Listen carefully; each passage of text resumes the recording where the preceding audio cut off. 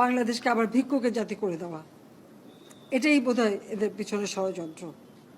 তা আমার কি এটাই অপরাধ যে আমি মানুষের জীবন মান উন্নত করার জন্য কাজ করেছি, আর সেই জায়গাগুলিকে হামলা করতে হবে? সেটাই হচ্ছে সব থেকে দুঃখজনক, যে দিন রাত অক্লান্ত পরিশ্রম করে বাংলাদেশটাকে যখন একটা জায়গায় নিয়ে আসলাম, আজকে সেখানে দেখি এই একদিকে জ্বালাও পোড়াও সব কিছু।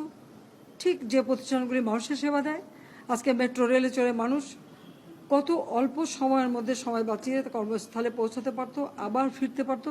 সেখানে ছাত্ররা, চাকরিজীবী, সাধারণ মানুষ সবাই তো যেতে পারতো। সেই স্টেশনগুলি পুড়িয়ে এখন ট্রাফিক জ্যাম, মানুষের কষ্ট। আমি তো কষ্ট লাঘব করেছি, কিন্তু যারা এইভাবে আগুন দিয়ে পুড়িয়ে মানুষের সে কষ্টে আবার ফেলে দিল, তাদের বিচার দেশের মানুষকে করতে হবে। আমি খালি সকলের সহযোগিতা চাই।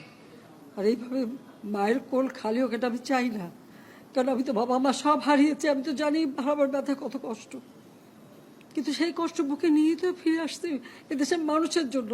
এখানে আমার তো কোনো চাওয়া পাওয়া নেই।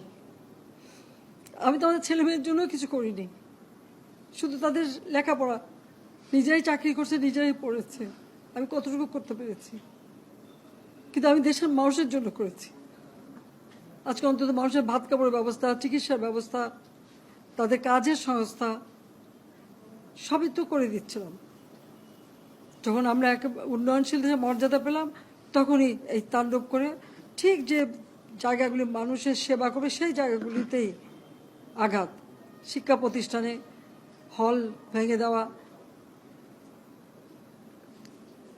সবচেয়ে দুর্ভাগ্য যে ভিসির বাড়িতে আগুন দেওয়া।